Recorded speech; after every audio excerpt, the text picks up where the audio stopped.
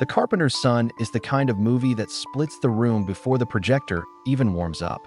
Some folks march into it like treasure hunters hoping to dig up an angel's skull.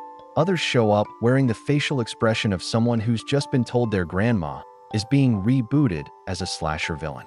And all because director Lofty Nathan decided to commit the ultimate cinematic dare, retell the childhood of Jesus as a jittery, feverish horror story about power waking up too early and way too violently.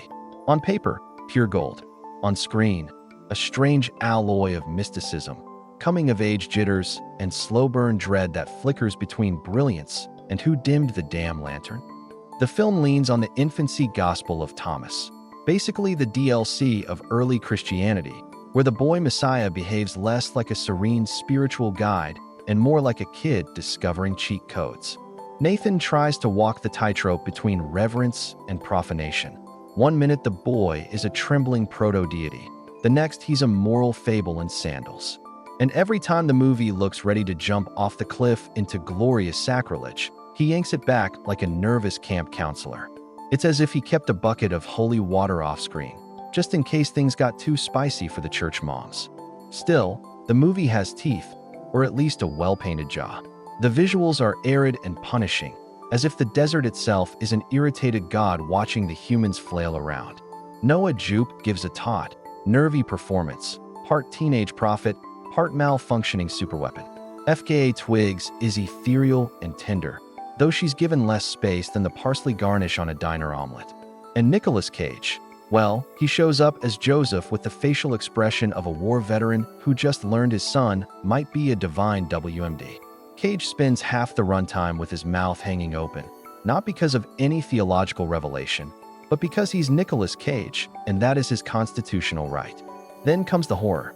If you've been on the internet, you've probably seen the pearl-clutching brigade shrieking about blasphemy, demonic corruption, and other phrases that sound like rejected death metal album titles. And naturally, all this shrieking makes the film sound like the forbidden buffet of the century.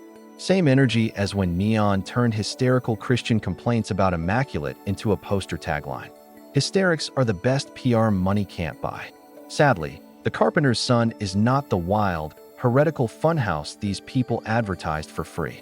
There's no blood-drenched Jesus rampage, no biblical blood and honey. What we get is more like bright burn in sandals, minus the momentum. There's a seductive demon girl, some foggy metaphysics, and a recurring theme of divine power is scary when you're 15.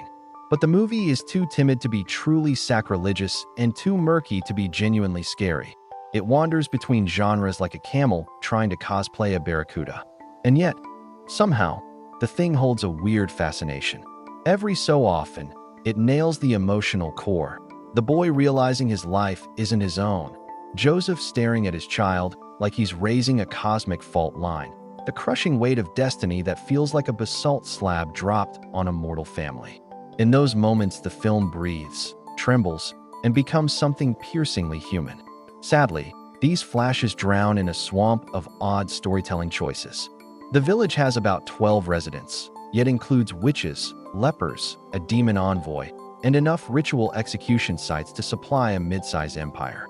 The villainess, meant to embody ancient evil, looks like she escaped from a moody alt-pop music video. The promised horrors and wonders often fizzle into either excess ambiguity or confused staging. Of course, the movie still enrages devout viewers, which, in horror terms, is practically a Michelin star. For every pious review insisting the film disrespects scripture, there's a triumphant atheist saying, if Christians gave it 1 star, it's automatically worth watching. And that's the film's central paradox. It's too bold for the church crowd, too mild for the heretic crowd, stuck in the theological uncanny valley. Meanwhile, the critics claiming it distorts the Apocrypha are essentially demanding historical authenticity from a 2,000-year game of telephone. The Bible isn't a documentary series, it's ancient myth-making with patched notes. Ironically, by whining about misrepresentation, these viewers prove they don't want accuracy, they want validation. Still, cinema answers to no one's catechism. The Carpenter's Son could have been sharper, darker, braver. But at least it tries to peel back the gilding and poke around in the dusty human anxieties behind a sacred legend. The terror of raising something miraculous, the guilt of failing someone who's supposed to save the world, the dread of being trapped in a story written long before you were born. Even when the movie stumbles, you can see the ambition twitching under the sand. It doesn't reach the divine heights it reaches for, but at least it doesn't reek of factory-made incense. And in an age when religious hysteria is booming like a retro trend, the attempt to tilt the myth and look at its shadow side feels almost like a minor miracle, the lopsided kind you'd paint on an icon during an earthquake. Call it the oldest Hollywood moral. The louder someone screams, "This is offensive," the more you want to watch, even if, once you're there, the party turns out to be much quieter than promised.